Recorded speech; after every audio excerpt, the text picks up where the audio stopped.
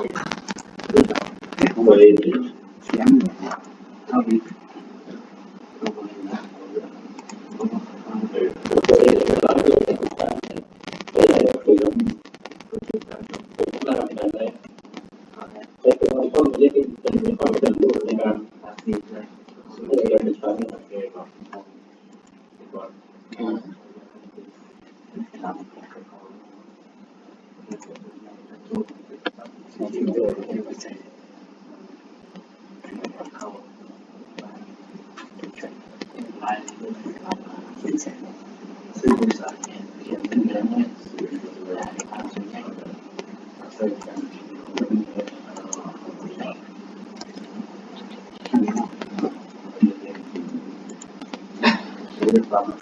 เราจะจังไหนต่อย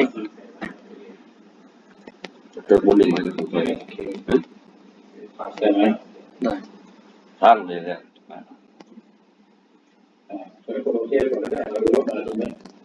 เสียงตัวรถเขาเสียงปุ๊บมันเลยนี่ยังมันเลยแล้วที่ผู้จิตต้องดูคนนี้ได้โอเคได้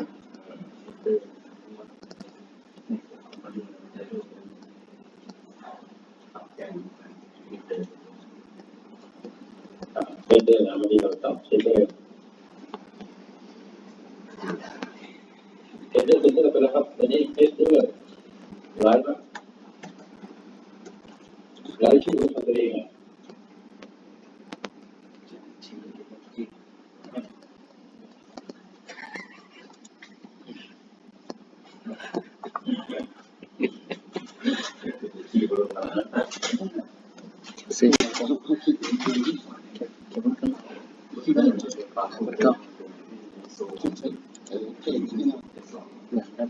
ซึ่งก็สื่อสารแต่น้อยเป็นเสียงสั่งไลฟ์เอาเอเจอร์แล้วก็ไลฟ์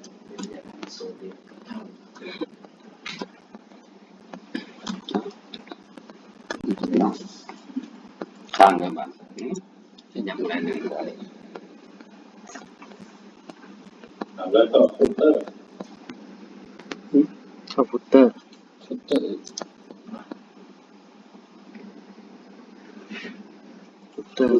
เล็กจะเป็นวันที่กับเวลาวันที่กับตัวนี้ตัวที่สี่ไอ้ข้อมตัวที่สี่เดดแอนแล้วก็เวลาตรงนี้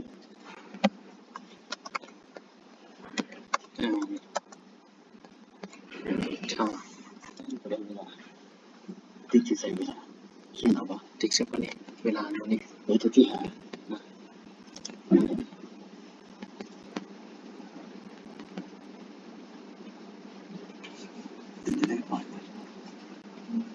แต่ต้องคือว่าคุมมันแล้วก็ไปอยู่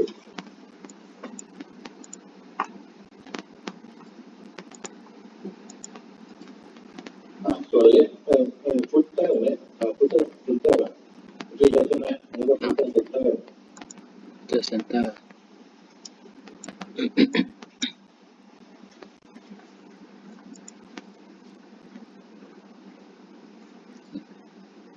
ต่อไปได้อาจารย์เซนเตอร์เลยฟุตเตอร์แล้วก็เซนเตอร์แล้วก็เปลี่ยนนี่อยู่แล้วไม่พิมพ์แล้วก็ออฟไม่ต้องไปแ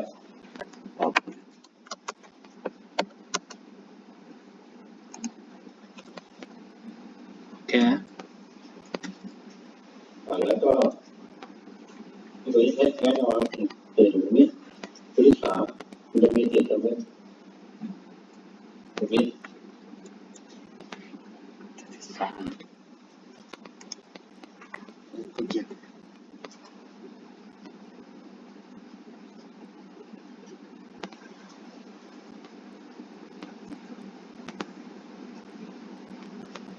อเคออกมาไลฟ์ตรงนี้จะเป็นชื่อเพลงที่แปลบายกัน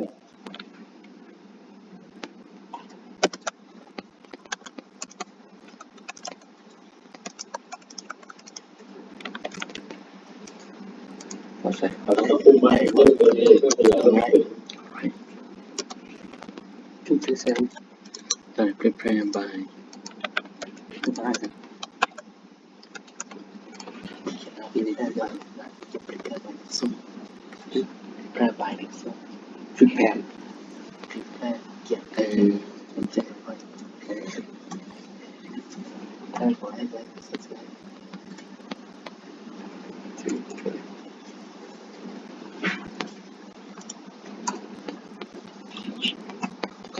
照那样的时候，好就背起来。再来，再照得到吗？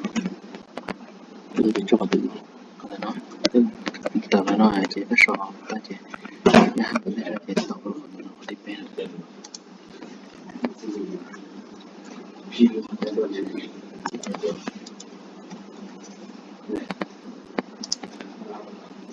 现在两个人，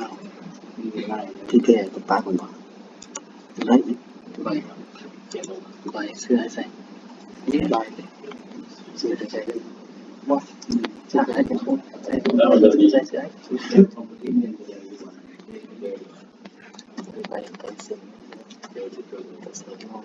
โอเคแล้วโอเคเลยมันจะโชว์ได้เลยนะกำมันแก้เลยมักมันโซ่ลุงเข้าดีกว่าตักเส้นมันเอาไปขึ้นเลยโอเ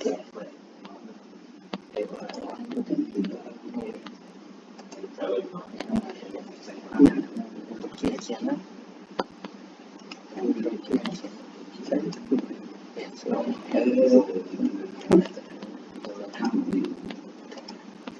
โอเคได้ยังจะได้บอกเราสิ่งนี้ได้ยังไม่คงจะเป็นเหมือนสูงเขาได้เอง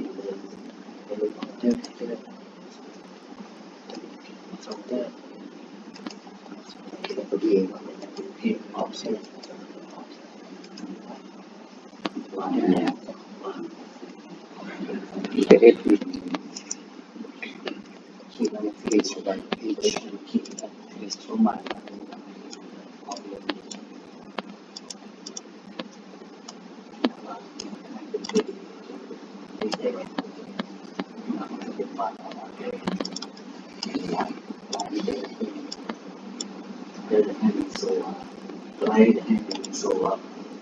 จะยังมาตรงไหนเอาเส้นตรงนั้นไม่รู้ที่ไม่เป็นเส้นหรอกเราปิ้งแล้วปลายปิ้งแล้วกดตั้งค่าเสร็จแล้วนะที่ข้างล่างเขาเป็นออกหนึ่งนะแล้วกดปิ้งนี่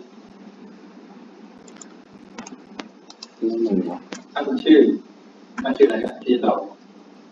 ติดต่อเป็นความเช็ค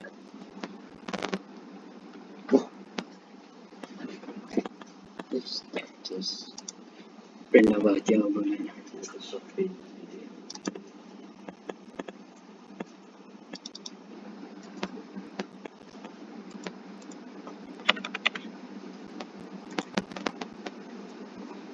ปินเลยวะเลือกเพียสอาจจะตัวนี้ก็ได้เลือกจะขึ้นกี่นิ้วเพียสโอเคดีนะที่สามไปไหนที่นี่มีมันเป็นอะไรนักแข่งบอลงับกันที่เมื่อกี้เลยดอกไปเลยถาม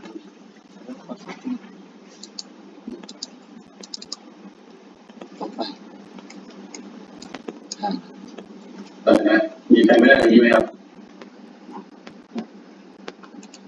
โอ้ยที่ครบแล้วนะในบริษัทสตาร์ทฟินิชเป็นของที่เป็นอย่างเกลือมันนี่เกลือเป็นเสี้ยววันนี้เราไม่ได้ใส่นะเดี๋ยวใส่ให้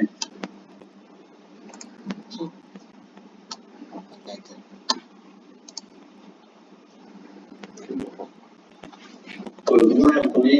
อะไรผมสอนบางคนไม่เอาแล้วเนี่ยเอาตรงไหนเอาแล้วไม่รู้ว่าผมเนี่ยเปลี่ยนเส้นเท่า ดิเช่นเนี่ยถ้าไม่อยากเอาสัญลักษณ์ที่แบบปกติก็โชว์ไว้เลยแหละเลื่อนมาไม่ได้ไม่ได้หายไปแล้วเป็นไรแต่ก็ไม่ได้ไม่ต้องออกครับที่รู้ว่าอะไรคืออะไร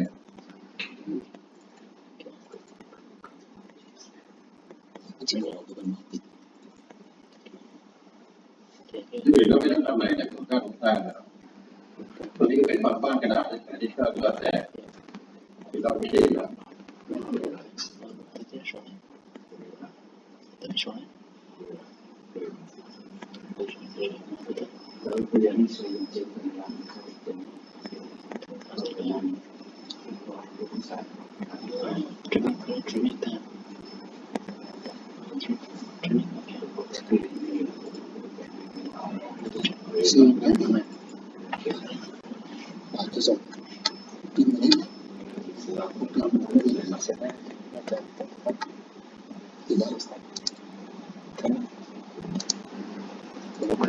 แต่นะไปเรียนรีคอร์ดแล้วเขาจะมีตัวนี้ไม่ได้ใส่ตัวไว้ตัวใส่ห้องนี้เพราะเราจะเก็บเงินลูกค้ามันจะเป็นมันที่เรียกว่าอย่างนั้นแต่เรียกว่าไฟโตตัวเราใช้เก็บมันเป็นงวดแรกหลังจากดีไซน์เสร็จให้ทำตามนี้ยิ่งเป็นที่ทำที่โปร่งยิ่งมีโตตั้งใจเน้นติ้งวินเตอร์โน้ตให้เสร็จแล้วนะคิดว่าไมล์สโตนหนึ่ง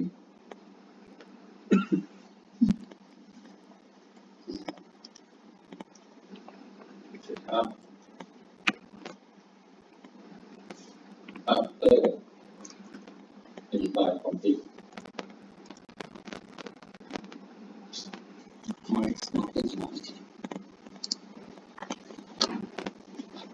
ตามเต็ม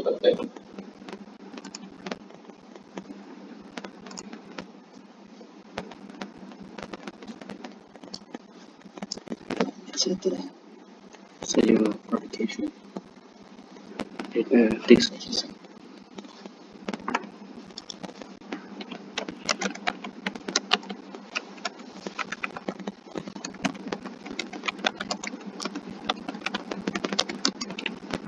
ตลาดไทยตัวเลข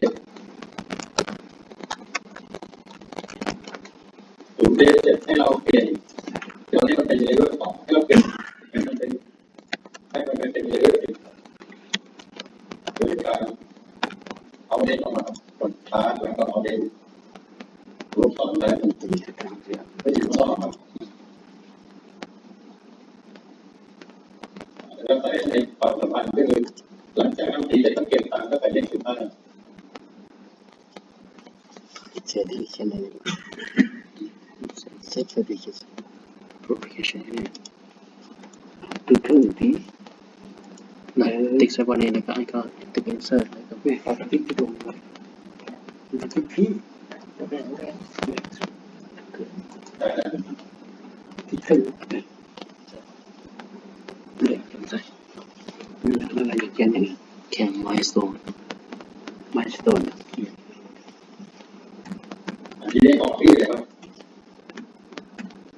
เวลาออกที่ที่กลับมานะ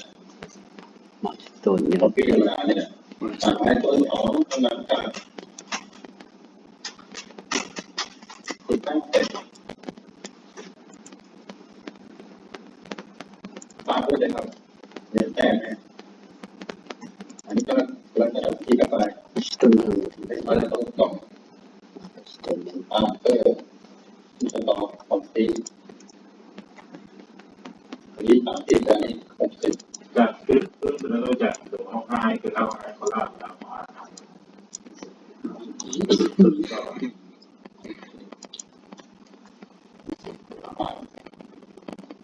วางไปเลยcopyแล้วก็วางไปเลย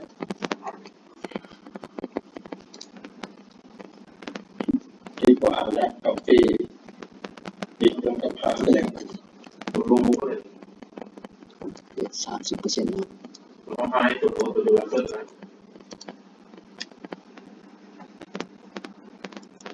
เอาเด็กมันอยู่ข้างนอกนะเป็นปริการตรงตาม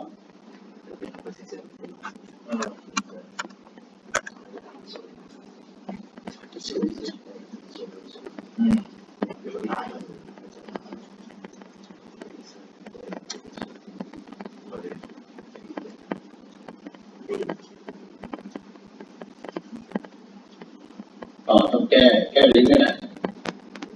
อย่างนั้นต้องตามแล้วต้องทำนะครับวิทยาที่เป็นเสร็จก็เป็นตามในตัวที่2ก็เป็นยิบก็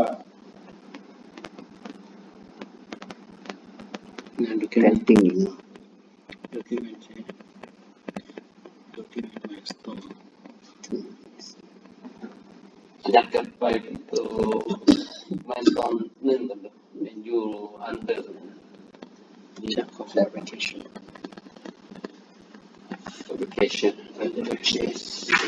lifting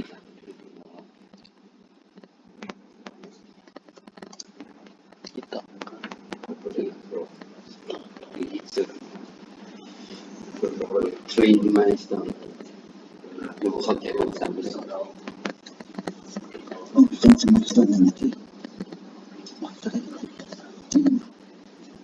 itu ya terus video itu betul master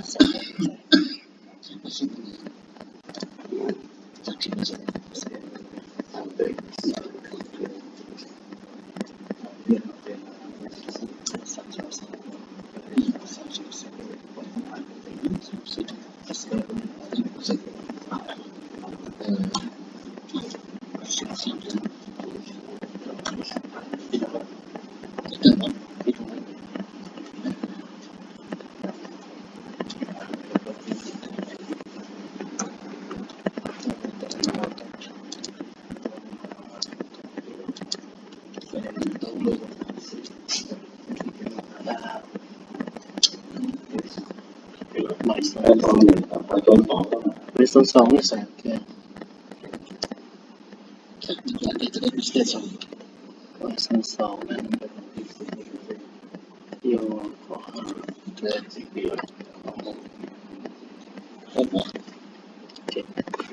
โยทาง document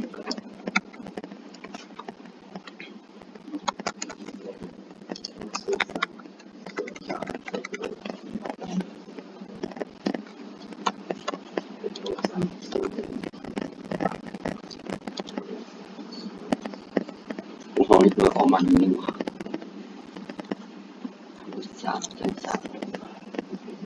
ก็ชอบตัวเล็กๆช่วงนี้ในตัวเล็กๆต่อตัวอะไรที่ตรงนี้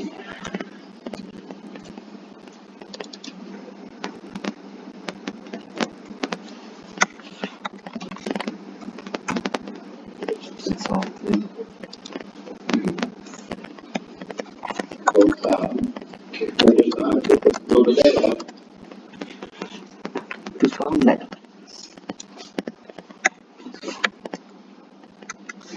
คืออย่างนี้นะครับต้องหลักการมันก็คือเราทำเสร็จแล้วเก็บตังค์เราสนใจเป็นโปรเจกต์เนี่ยเดี๋ยวเราบอกระยะที่มันเป็นตัวมันก็จะมีวันที่เกิดมาด้วยมันก็เกิดแต่ระยะที่จบแล้วมันยังเป็นเพิ่มนะ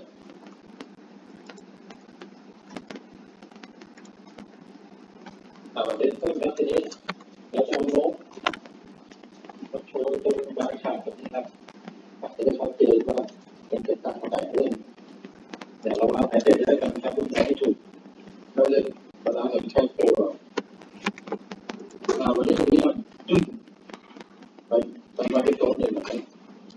คิดช่องซ้ายว่างถูกครับต้องข้างหน้าครับเนี่ยเราคิดช่องซ้ายแล้วก็คิดขวาเรื่องโน้ตครับ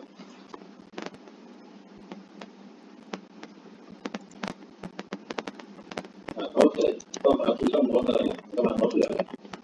ที่มันก๊อปปี้ไปแล้วก๊อปปี้จากโน้ตเนี่ยต้องตีนะครับก๊อปปี้แล้วก็วางข้างล่างตรงนี้ก็คุมมันเหมือนเดิมก็ใช้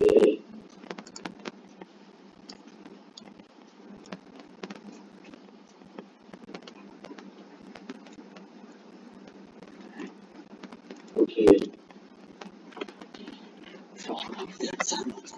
แล้วมันเริ่มตัวนี้แล้วทีนี้ถูกต้องนะครับอยู่ตรง ว่าไม่น่า คุณยังบริ ไม่น่าได้ตาม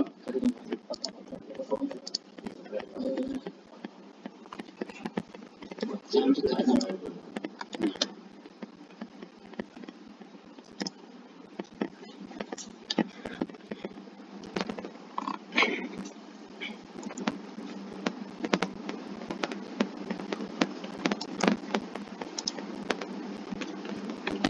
แล้วก็มาสอง Laufen.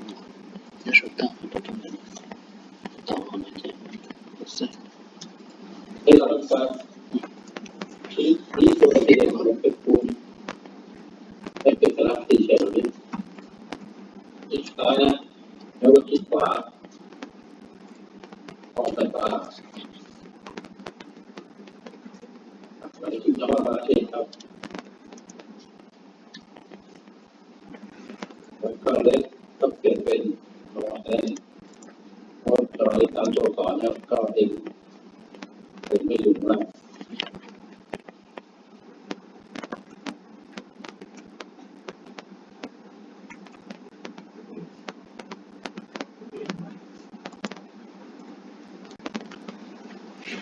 คือเราโอเคมาแล้วนะตอนดูไปจนตอนนี้แล้วไม่ต้องทำใหม่เนี่ยที่ลงมาแล้วตาชิดขวาโน้ตแล้วก็ปีตัวข้างล่างอะไรที่สูงกดโอเคแล้วก็มาคิดสัญลักษณ์มันตัวก็เป็นรูปสี่เหลี่ยมสี่สี่เหลี่ยมสี่แฉกเอาไปว่า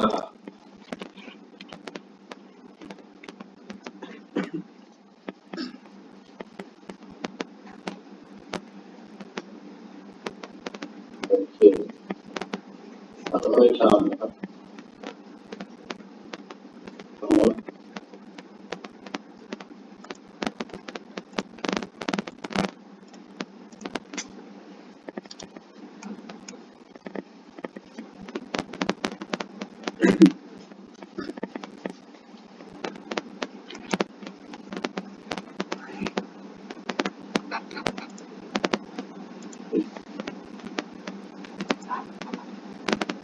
ที่ไปใส่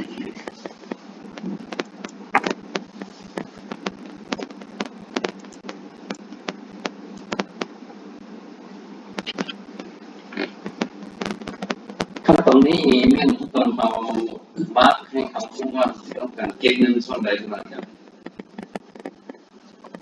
ครับ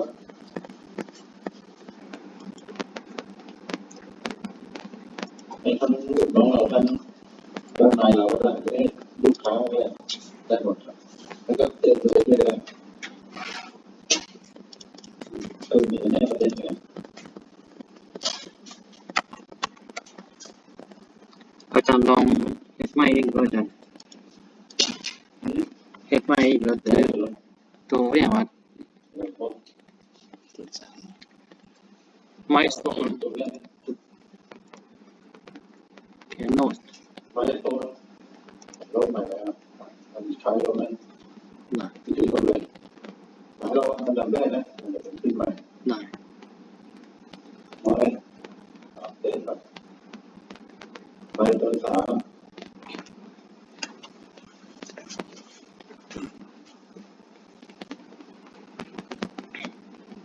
ตัวที่เป็นของยึดหรือต้องบอกว่าถูกเสร็จตามเมื่อไหร่เปลี่ยนที่ประเด็นเมื่อไหร่ลงได้แล้วอันนี้พี่บอกว่าผมเนี่ยเรียกว่าผิดครับเพราะมันไม่ได้เรียนหัวข้อเลขแปด นะ ต้องอยู่นอกครับคิดที่ช้าไว้ก่อนอันนี้คุณสอนเรื่องตาเราเรียน โอเคนะ ก็เปลี่ยนสีก็ต้องเรียนอยู่แล้วเรื่องทำงานจุดสำคัญคือเก็บตังค์นะครับก็ต่อมาวิชั่นนี่เป็นส่วนนี้ไม่ต้องป้อนที่เราป้อนเรียกอะไรก็ต้องบอกว่าเก็บตังค์ติดได้อะไรเมื่อเอกสารเสร็จก็ต้องหัวข้อที่เราต่ำเด็กที่ ต่อไปต่อเป็นเท่าไหร่มันจะมีสัญลักษณ์ของผมทางขวามือนะนี่เก็บการบวกที่3วันที่เป็นเดือน5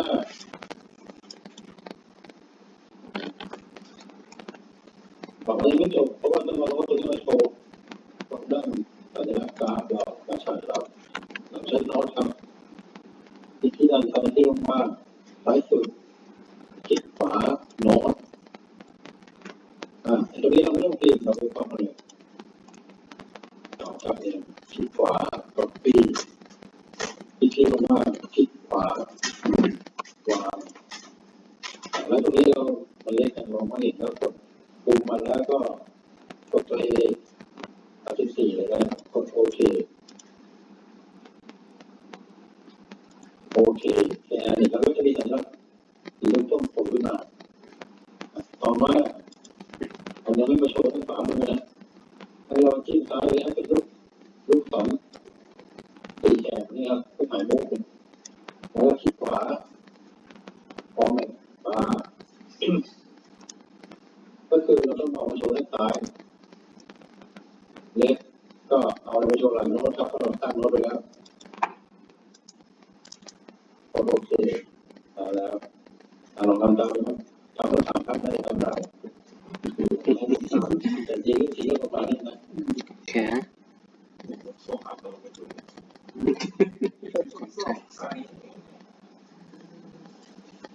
โอเค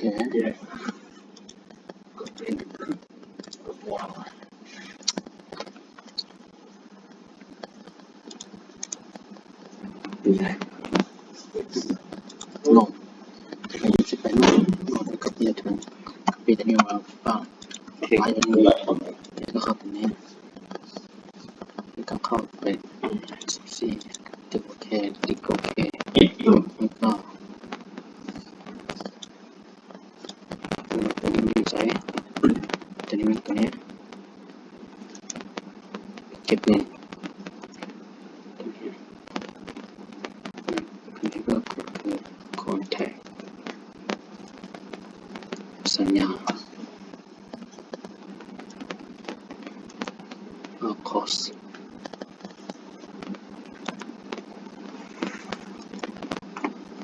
ไม่เป็นไร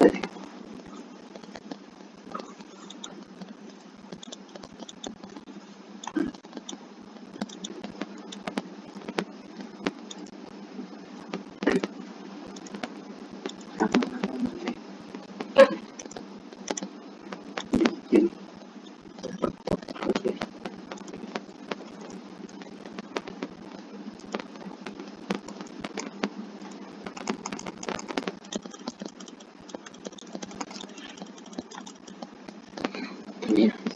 กดขึ้นจะ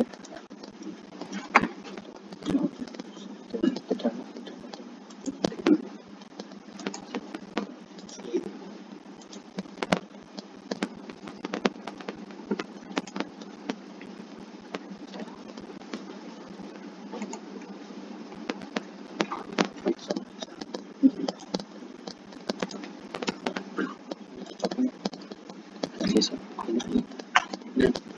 กดด้วยนี่กดนี้ปึ๊บแล้วเราจะคลิกหัวแล้วเข้าไปโน้ตแล้ว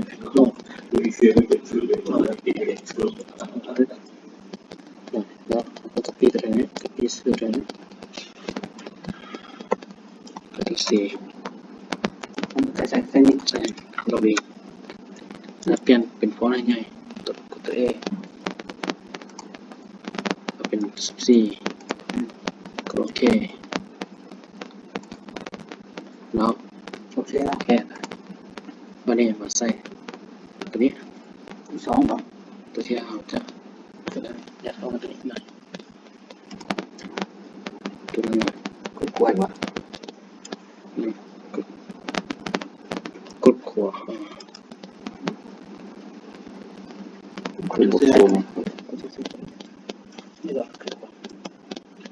ผมเป็นบาตัวทวิตผมเป็นบาหน่อยเราติ๊กใส่ตัวอย่างแรกมันแล้วเลื่อนลงแล้วเลื่อนไปคอส โอ้โห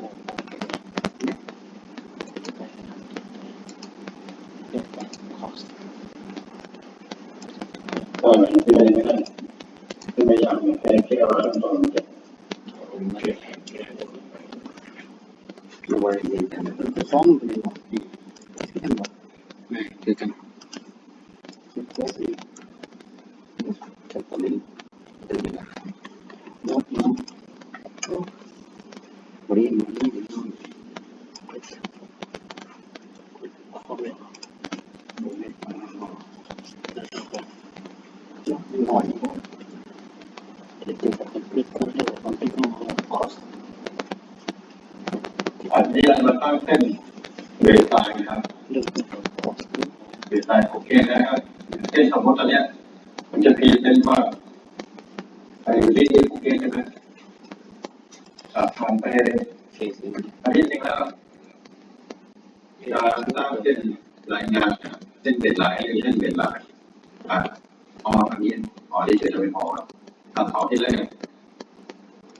ให้เราขีดตามนี้นะครับตามดาวเลยง่ายๆนี่แค่เป็นเน้นว่าขีดเฉยๆนี่แหละมาที่แถบเป็นชาร์ปเอาแมปแถบขวามือตัวตามเลยนะจะได้เลื่อนไหวอะไรได้ค่อยเติมเรื่อยๆมาที่ตัวขวาสุดจออีกตัวนี้ก็จะไม่มีอะไรหรอกลายเนี่ย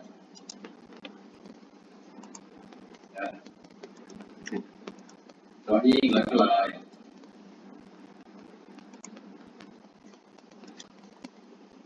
ให้เรา